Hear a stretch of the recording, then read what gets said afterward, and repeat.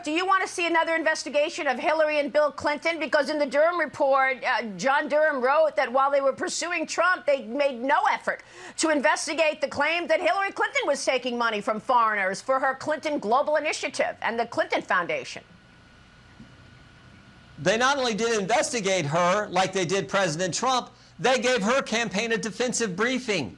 Right. They should have done the same for President Trump because they literally had no evidence. So we're going to talk with our lawyers. We're going to talk with Speaker McCarthy on where we proceed from here. In fact, are there people that were highlighted in the Durham investigation and the Durham report that we need to talk to on the Judiciary Committee? We're going to give that a good hard look. But nothing is off the table because it is critical the American people understand how their government, their agencies have been turned on them, the taxpayer, and we get all the facts out there.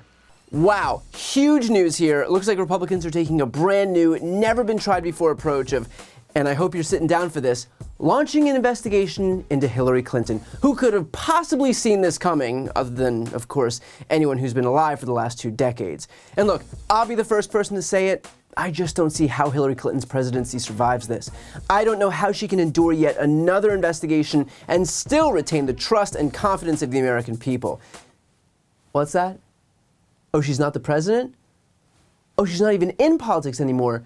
Then why the fuck? And of course, the reason is obvious. Republicans need a boogeyman. They need someone, anyone, to serve as a valid distraction so that their supporters and viewers don't pay attention to what the Republican Party is doing legislatively. So long as they can train your attention on evil Hillary Clinton, then maybe, just maybe, you won't notice that Republicans are passing abortion bans and LGBT bans and book bans and interstate travel bans. Maybe you won't notice that they're trying to cut earned benefits like Social Security and Medicare and Medicaid. Maybe you won't notice that they're coddling gun manufacturers while mass shootings surge in this country and fossil fuel companies as climate change worsens. These people aren't dumb. They know exactly what they're doing. And what they're doing is giving their supporters something shiny to get angry about so that they can give themselves cover to screw those same supporters over. But let's be clear, they might present all of this righteous indignation about Hillary Clinton, but these people don't care about the things they claim she did. Think about it. Republicans spent the better part of a decade wailing about Hillary Clinton mishandling classified documents, which apparently was the gravest national security crime in the history of the world. And yet, while Trump's own State Department determined that Hillary Clinton had no classified material in her emails, it turned out that Donald Trump had over 300 confidential, secret, or top secret documents at Mar-a-Lago, and that when the National Archives tried to get those documents back, he refused. And look, I'm no math genius, but it would seem to me that if they believed Hillary Clinton should be, quote, locked up for mishandling 0 classified documents, then I would imagine that they would want Donald Trump, quote, locked up for hundreds of mishandled and stolen classified documents, right? Right? Anyone? Anyone at all?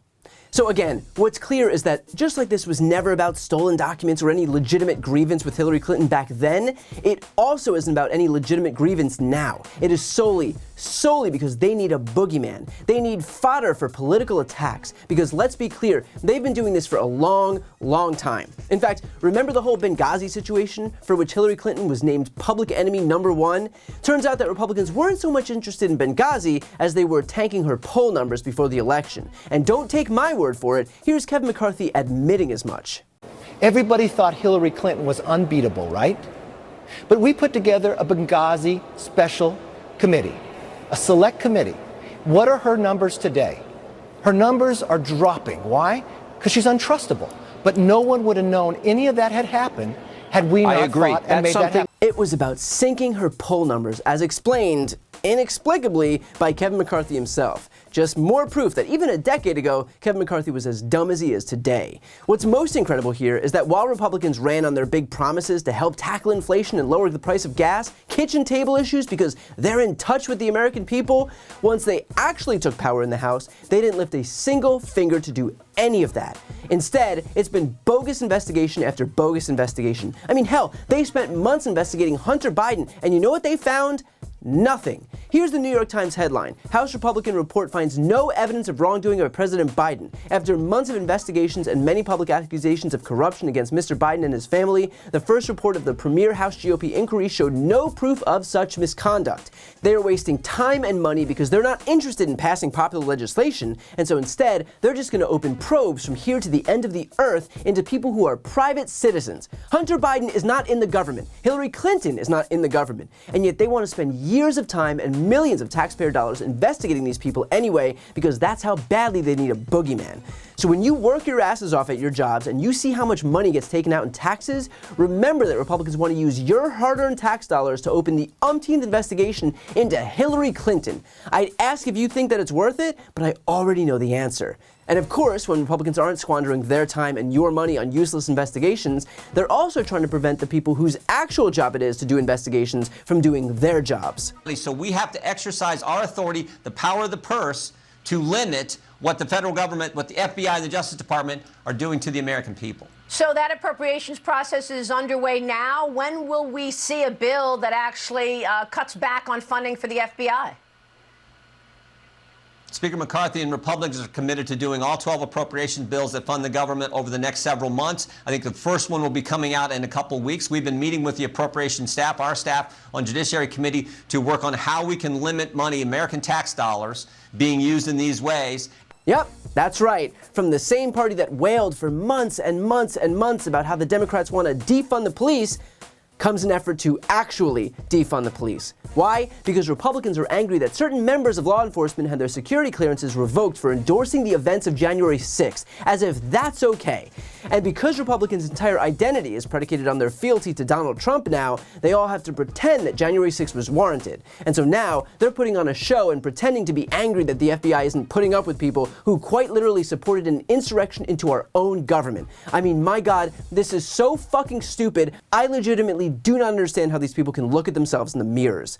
And so now, Republicans are pretending that the FBI is some leftist faction. The FBI. I'm sorry, but you'd probably have more luck finding Democrats in the villages than the FBI.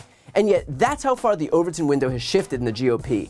If you don't kowtow to even the craziest conspiracy theories and anti-democratic ideals, then you will be branded a radical leftist and they'll call for your dissolution.